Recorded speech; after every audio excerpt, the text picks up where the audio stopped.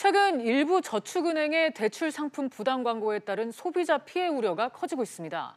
특히 허위, 과장된 내용이 많아서 각별한 주의가 요구되고 있습니다. 관련해서 이인표 생활경제 큐레이터와 함께 알아보겠습니다.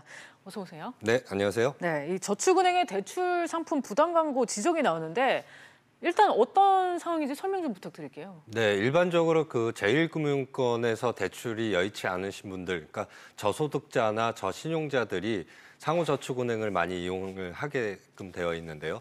최근에는 이제 경제 상황이 또 악화되면서 이용이 좀 더 확대되고 있는 것 같습니다. 그 와중에 좀 그 일부의 저축은행의 부당 광고로 인해서 소비자들의 피해가 좀 우려되고 있는 상황이고요. 그러다 보니까 소비자보호원에서 부당 광고에 해당되는지를 인터넷 매체하고 또 모바일 매체를 통해서 광고 실태 조사를 했더니 무려 222건이 부당 광고로 의심되는 경우가 발견이 됐습니다. 네, 구체적으로 이제 어떤 유형들이 있는지 살펴볼 수 있을까요? 네, 구체적으로 유형을 한번 살펴보면요.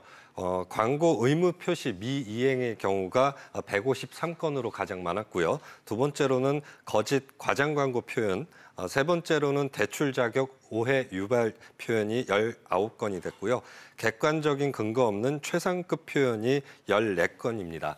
특히 우리가 대출 상품을 선택할 때 있어서 이자 부담 시기하고 이자율 범위, 그다음에 부대 비용 같은 경우는 선택에 있어서 굉장히 중요한 요소임에도 불구하고 이를 하지 않은 경우가 있는데요. 이것도 건수를 한번 보시면 이자 부담 시기가 고지 않은 경우가 62건, 그다음에 이자율 범위가 31건, 심의 미필 표기가 31건, 그다음에 부대 비용 미표기가 29건에 달했습니다.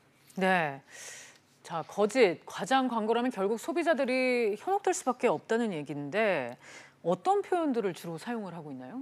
네, 상호저축은행법에 따르면 소비자들한테 거짓을 말하거나 아니면 착각이나 오인할 수 있는 그러한 문구들은 사용하지 못하도록 되어 있음에도 불구하고 그런 표현들이 많이 사용되고 있는데요. 네. 구체적인 표현을 한번 보면 거짓 과장 광고 표현에는 무서류라는 광고 표현을 사용했으나 실제로는 소득증빙 서류 등 각종 제출을 요구하는 경우가 있었고요.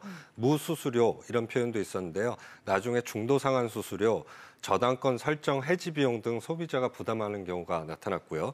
대출 자격 오해 유발 광고 표현에는 많이들 보셨을 텐데 어떤 직업 상황에서도 오케이, 누구나 쉽게, 누구나 신청 가능 이런 표현들이 있었고요.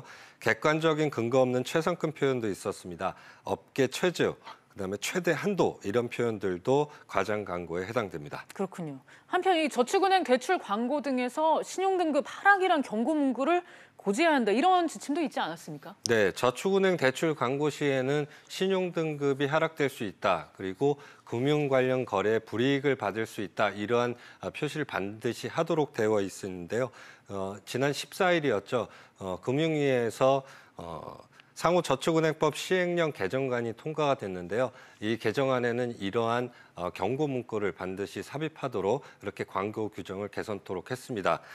이런 광고 문구를 통해서 이제 소비자 보호가 어느 정도는 좀 될 것이라고 보여지는데 아직 구체적인 사항은 확정이 되진 않았으나 대략 이러한 경고 문구 노출이 너무 짧다.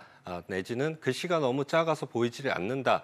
이런 지적들이 많았었는데요. 이런 부분들이 개선될 것으로 보여집니다. 네, 다시 돌아가서요. 이번 저축은행 대출 상품 부당 광고에 대해서도 개선책이 나왔습니까? 일단 소비자보호는 저축은행 자체로 좀 개선할 것을 권고를 하고 있고요. 네. 아울러서 관련 기관에 자율 심의 제도를 개선하거나 그다음에 단속 강화를 해줄 것을 요청하고 있습니다. 네.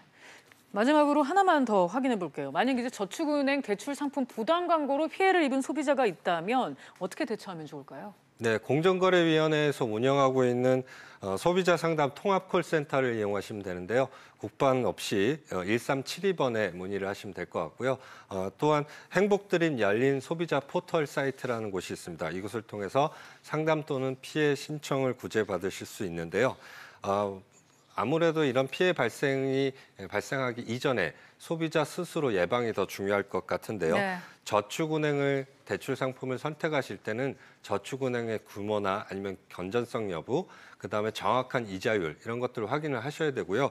아울러서 신용등급의 피해가 있는지, 그다음에 금융거래 관련 불이익이 발생할 수 있는지 이런 부분들을 좀 꼼꼼히 따져보신 다음에 대출을 실행하셔야 될 것 같습니다. 네, 저축은행의 이 대출 상품 부당 광고에 따른 피해 소비자가 예방하는 게 가장 중요하다고 말씀을 하셨는데요. 이 대출 상품 받으실 때 꼭 그 해당 은행의 건전성 확인해 보셔야 될 것 같습니다. 오늘 말씀 여기까지 듣겠습니다. 감사합니다.